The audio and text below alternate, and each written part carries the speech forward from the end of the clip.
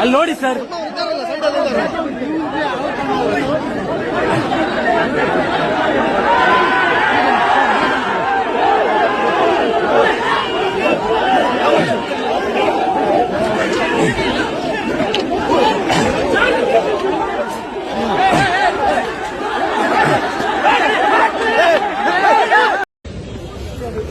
ಇಲ್ಲಿ ನೋಡಿ, ಇದು ಬೆನಕ ಹಾಸ್ಪಿಟಲ್. ಇಲ್ಲಿ 4 ಜನ ಮಾಧ್ಯಮದವರು, ಟಿವಿ ಚಾನೆಲ್ ನ ಮಾಧ್ಯಮದವರು, ಕೂಡ್ಲಾ ರಾಂಪೇಜ್, ಅಜಯ್ ಅವರು, ಅಭಿ, ಯುನೈಟೆಡ್ ಮೀಡಿಯಾ, ಸಂಚಾರಿ ಸ್ಟುಡಿಯೋ ಮತ್ತು ಅವ್ರ ಜೊತೆಗಿದ್ದಂತ ಕ್ಯಾಮರಾಮನ್ ಮತ್ತೆ ಇನ್ನೊಬ್ಬ ಪ್ರಮೋದ್ ಅಂತ ಹೇಳಿ ಸೌಜನ್ಯ ಹೋರಾಟದಲ್ಲಿ ಗುರುತಿಸಿಕೊಂಡವರು 4 ಜನಕ್ಕೆ ಹೊಡೆದಿದ್ದಾರೆ. ಅವಾಗ ಎಲ್ಲಾ ಜನರು ಕೂಡ ಪಾಪ ಅವ್ರಿಗೆ ಏನ್ ಏಟಾಗಿದೆ, ಗಾಯಾಳುಗಳಿಗೆ ನೋಡಕ್ ಬಂದಿದ್ದಾರೆ. ದಯವಿಟ್ಟು ನೋಡ್ಬಿಡಿ, ಇಲ್ಲಿ ಯಾವುದೇ ರೀತಿಯಾದಂತಹ ಗಲಾಟೆಗಳನ್ನ ಹೋರಾಟಗಾರ ಆಗ್ಲಿ ಇಲ್ಲಿಯ ಜನಸಾಮಾನ್ಯರು ಯಾರು ಮಾಡಿಲ್ಲ.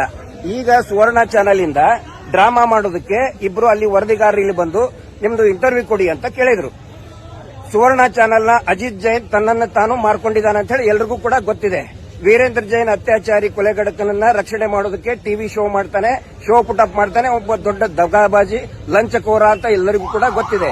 ಈಗ ಇಲ್ಲಿ ಬಂದು ಡ್ರಾಮಾ ಮಾಡಿ ಜನರು ನೀನು ಯಾಕೆ ಬಂದಿದೀಯ ಅಂತ ಕೇಳಿದ್ದಕ್ಕೆ ಈಗ ದೊಡ್ಡದಾಗಿ ಫ್ಲಾಶ್ ಆಗಿ ಹಾಕ್ತಾ ಇದ್ದಾರೆ. ಹಲ್ಲೆ, ಯಾವುದೇ ರೀತಿಯಾದಂತಹ ಹಲ್ಲೆ ಇಲ್ಲ. ದಯವಿಟ್ಟು ಪೊಲೀಸರು ಕೂಡ ಇಲ್ಲೇ ಇದ್ದಾರೆ, ದಯವಿಟ್ಟು ನೋಡ್ಕೊಂಡ್ಬಿಡಿ. ಪೊಲೀಸರು ಇದ್ದಾರೆ, ಎಲ್ಲರೂ ಕೂಡ ಶಾಂತ ರೀತಿಯಿಂದಿದ್ದಾರೆ. ಇದು ಸಾರ್ವಜನಿಕರ ಗಮನಕ್ಕೆ, ಪೊಲೀಸರ ಗಮನಕ್ಕೆ. ಎಲ್ಲರಿಗೂ ಹಾಯ್, ನಮಸ್ಕಾರ. ನಾನು ನಿಮ್ಮ ರಜತ್. ಆಕ್ಚುಲಿ ನಾನು ಧರ್ಮಸ್ಥಳಕ್ಕೆ ಬಂದಿದ್ದೆ.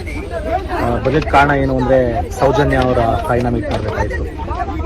ಬಂದ್ಮೇಲೆ ನಾನು ಫಸ್ಟು ಗಿರೀಶ್ ಮದನ್ ಅವರು ಸರ್ ಮೀಟ್ ಮಾಡಿದ್ದೆ. ಅದಾದ್ಮೇಲೆ ಮಹೇಶ್ ಸರ್ ಮೀಟ್ ಮಾಡಿದೆ.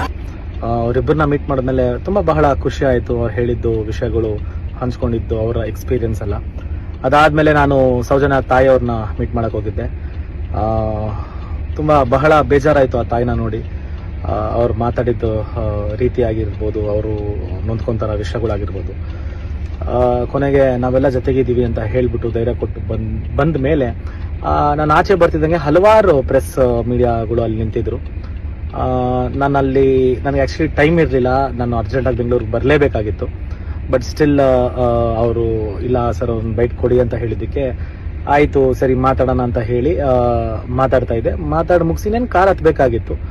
ಆವಾಗ ನಾನು ಅಲ್ಲಿದ್ದೆ ಅನ್ನೋ ಒಂದು ವಿಷಯಕ್ಕೆ ಅದೊಂದು ವಿಷಯ ಇಟ್ಕೊಂಡು ಪ್ರೆಸ್ ಅವ್ರ ಮೇಲೆ ಸಡನ್ ಆಗಿ ಜಗಳ ತೆಗೆದ್ರು. ಅದೆಂಗಾಗೋಯ್ತು ಅಂದ್ರೆ ಒಂದೆರಡು ಟಾಟಾ ಸುಮೋ ಬ್ಲಾಕ್ ಕಲರ್, ಆಮೇಲೆ ಓಮ್ನಿ ಅಲ್ಲ ಒಂದು ಓಮ್ನಿ, ಒಂದು ಮಾರುತಿ ಸುಜುಕಿ ಕಾರು, ಆಮೇಲೆ 2 ವೀಲರ್ಸ್, ಆಮೇಲೆ 4 ಆಟೋ ಎಲ್ಲ ಬಂದ್ರು. ಅದ್ರ ಸ್ವಲ್ಪ ಜನ ಮಾತಾಡ್ಸೋದ್ರು. ಅದಾದ್ಮೇಲೆ ಇನ್ನೇನು ಇಂಟರ್ವ್ಯೂ ಮುಗಿದ ಮೇಲೆ ಸಡನ್ ಆಗಿ ಕುಡ್ಲಾ ರ್ಯಾಂಪೇಜ್ ಅವನ ಮೇಲೆ ಏಕಾಏಕಿ ಹಲ್ಲೆ ಮಾಡಿ, ಆಮೇಲೆ ಇನ್ನೊಂದು ಪಾಪ ಪ್ರೆಸ್ ಅವರಿದ್ರು, ಅವ್ರ ಮೇಲೆ ಹಲ್ಲೆ ಮಾಡಿ, ಅವ್ರ ಕ್ಯಾಮ್ರಾ ಎಲ್ಲ ಹೊಡೆದಾಕಿ ತುಂಬಾನೇ ಅವ್ರ ಪ್ರೆಸ್ ಅವ್ರ ಗೊತ್ತಿಲ್ಲ, ಅವ್ರ ಹೆಸರು ಗೊತ್ತಿಲ್ಲ, ಸಿಕ್ಕಾಬಟ್ಟೆ ಅವ್ರನ್ನ ಒಡೆದು ಅಂದ್ರೆ ತುಂಬಾ ಕೆಟ್ಟ ರೀತಿಲಿ ವರ್ತನೆ ಮಾಡಿ ಅವ್ರಿಗೆ ತುಂಬಾ ಡ್ಯಾಮೇಜ್ ಆಗೋ ತರ ಎಲ್ಲ ಒಡೆದು ಮಾಡಿದ್ರು. ಆಮೇಲೆ ನನ್ನ ಕಾರಲ್ಲಿ ಕೂಡಿಸಿ ನೀವು ದಯವಿಟ್ಟು ಹೋಗಿ ಸರ್, ನೀವು ಇಲ್ಲಿ ಇರಬೇಡಿ, ದಯವಿಟ್ಟು ಹೋಗಿ ಸರ್, ನಾನು ಏನ್ ಕುಡಿತಾ ಇದ್ದಾರೆ, 1 ನಿಮಿಷ ಇರ್ರಿ, ಅವ್ರೇನ್ ತಪ್ಪು ಮಾಡಿದಾರೆ 1 ನಿಮಿಷ ಇರಿ ಅಂದಾಗ ಇಲ್ಲ ಕ್ಷೇತ್ರ ಬಗ್ಗೆ ಮಾತಾಡಿದ್ರು ಅಂತ. ನನಗೆ ಗೊತ್ತಿರೋ ಪ್ರಕಾರ ನಾನಂತೂ ಕ್ಷೇತ್ರ ಬಗ್ಗೆ ಯಾರು ಮಾತಾಡಿಲ್ಲ. ಅವ್ರು ಏನ್ ಮಾತಾಡಿದಾರೆ ನನಗೆ ಅದ್ರ ಬಗ್ಗೆ ಅರಿವಿಲ್ಲ. ಬಟ್ ಆದರೆ ಇದು ಏಂತಕ್ಕೆ ಈ ತರ ಮಾಡ್ತಾ ಇದ್ದಾರೆ, ಏನು ವಿಷಯ ಅಂತ ನನಗೆ ಗೊತ್ತಿಲ್ಲ. ನನಗೊಂದು ದೊಡ್ಡ ಕ್ವಶನ್ ಮಾರ್ಕ್ ಏನು ಅಂದ್ರೆ, ಬೆಳಗಿನ ಜಾವ ಮಧ್ಯಾಹ್ನ ಟೈಮು ಅದು ನಾವೆಲ್ಲ ಇದ್ದಾಗಲೇ ಇದನ್ನೆಲ್ಲ ಮಾಡ್ತಾ ಇದ್ದಾರೆ ಅಂದಾಗ ಇನ್ನ ರಾತ್ರಿ ಹೊತ್ತು ಇನ್ನೇನೇನು ಮಾಡಿರಬಹುದು, ಯಾರ್ಯಾರು ಏನೇನು ಮಾಡಿರಬಹುದು. It's been a very big question mark to me. ಇದೇನಾಗ್ತಿದೆ, ಇದು ಒಳ್ಳೇದಲ್ಲ, ಒಳ್ಳೆ ಬೆಳವಣಿಗೆ ಅಲ್ವೇ ಅಲ್ಲ. ಈ ತರ ಪ್ರೆಸ್ಸರ್ ಮೇಲೆ ಹಲ್ಲೆ ಮಾಡೋದಾಗ್ಲಿ ಒಡೆಯೋದಾಗ್ಲಿ ಮಾಡೋದು ತುಂಬಾ ದೊಡ್ಡ ತಪ್ಪು. ಇದಕ್ಕೆ ದಯವಿಟ್ಟು ಎಲ್ಲರೂ ಸ್ಟ್ಯಾಂಡ್ ತಗೊಬೇಕಾಗತ್ತೆ.